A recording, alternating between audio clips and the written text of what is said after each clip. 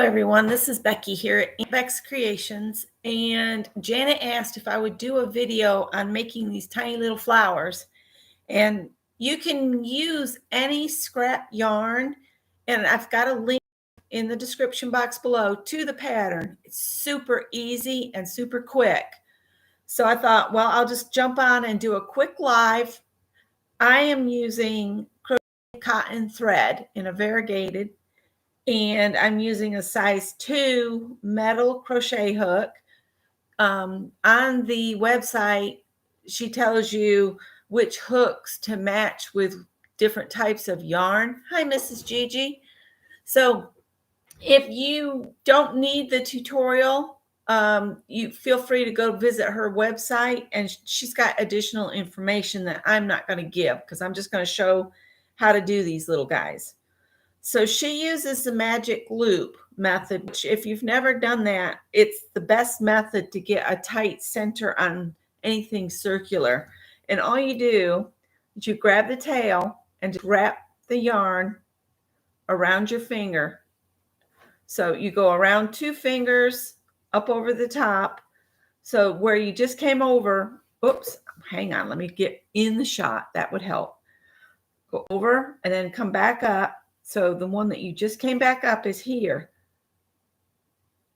Oh, actually, no, it needs to be behind. I did that wrong. Back up. So it comes behind the first time you went around. Reach under there and grab it and give it a twist so you have a loop on there. I don't know if you can see that I've twisted it. Then just pull through again. So basically you've made a slip stitch around the magic loop. So there's the magic loop. You always want to keep the tail toward the left.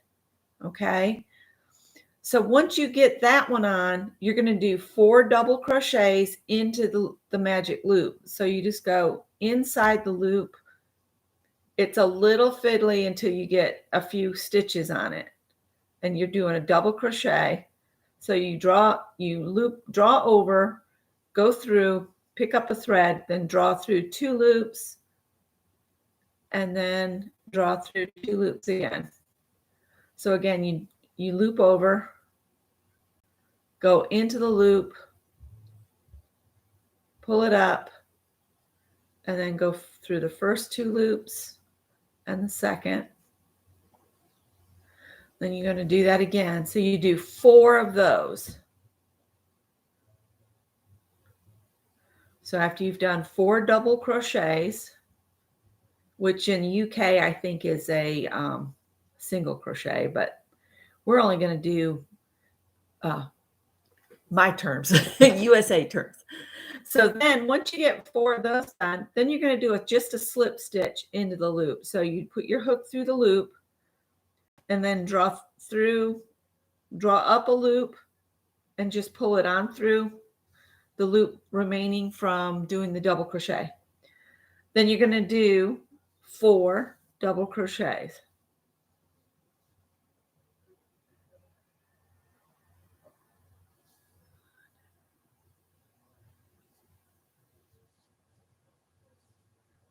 You're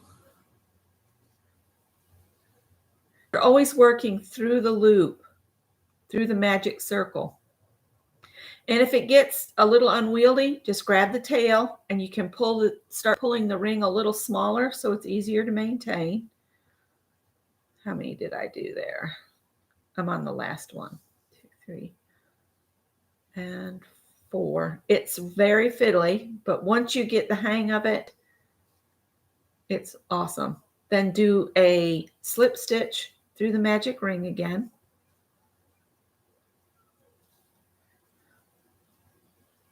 Hi, Joan.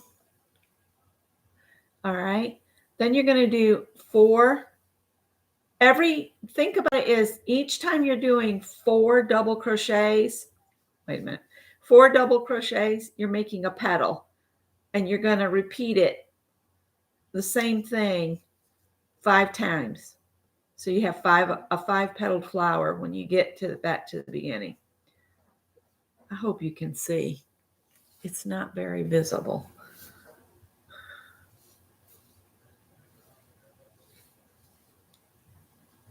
It'll look wonky for a while.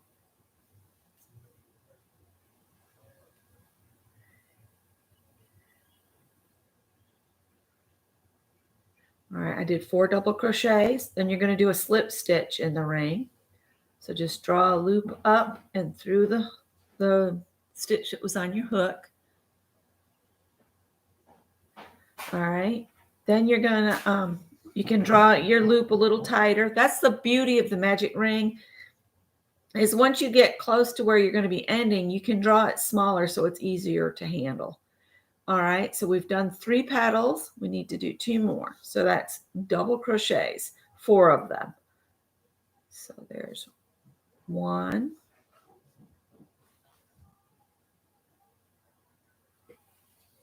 2,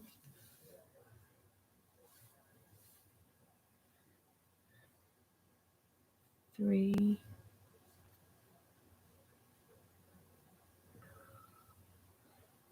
4. And your first one will look a little wonky until you get used to doing them. And then this was my first one, and you can see I got a little wonky, and then the second one got better. But this one, I don't know how good it's going to be because I'm trying to show y'all. All right, so did we do 4 double crochets? 1, 2, 3, 4. Now you're going to do a slip stitch into the magic ring again. Just a slip stitch. There we go. And then the last 4 double crochets, and you want to go through both parts of the magic ring, the circle and the tail. There's 1. There's 2.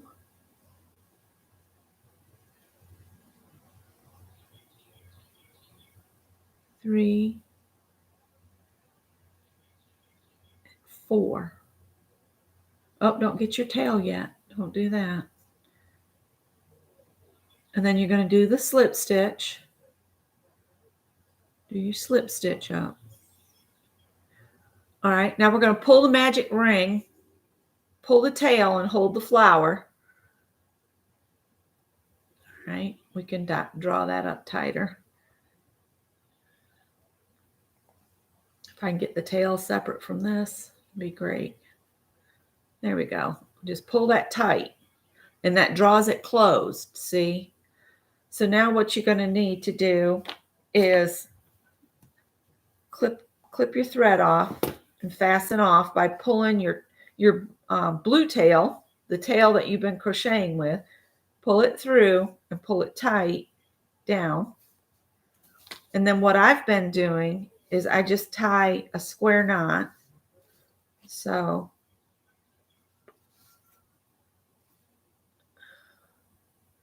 white over blue and then tie down, and then I do blue over white here. You just tie in a double knot. And then what I did is I took my crochet hook and I took the white tail and ran it underneath behind the stitches.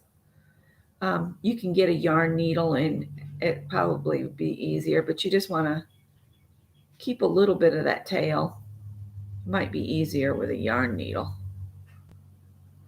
But this is what I've been doing. I just go under the bottoms of the double crochets, like 2 or 3 of them, and then I grab the tail,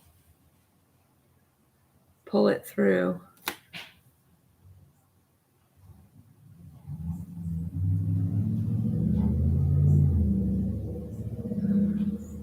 and then I snip that off, and I'm going to do the same for the blue tail.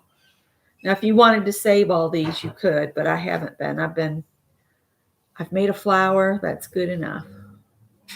I've been pitching my tails, which you can make nests with those. And I'm just try to get under a few of these stitches on the base of them and pull that tail through.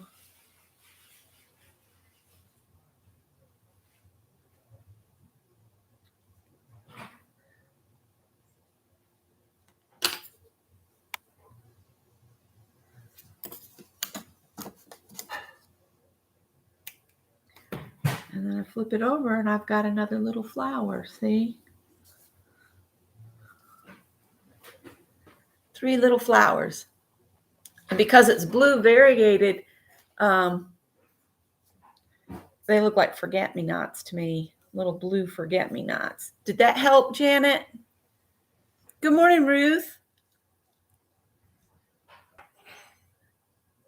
If you can't manage the string, like I said, you can make these flowers using any kind of yarn. And on her site, where the pattern is, she gives you instructions on which yarn and which hook to pair up. Awesome. So I just wanted to pop on and do that. And I thought these would be really cute to add to your slow stitching kits or bundles. And they're so easy to do. So I'm going to sit and make some more of these. But that's all I was going to share. So I will let you guys get back to your Sunday, and I hope you have a wonderful day. Bye now. You're welcome.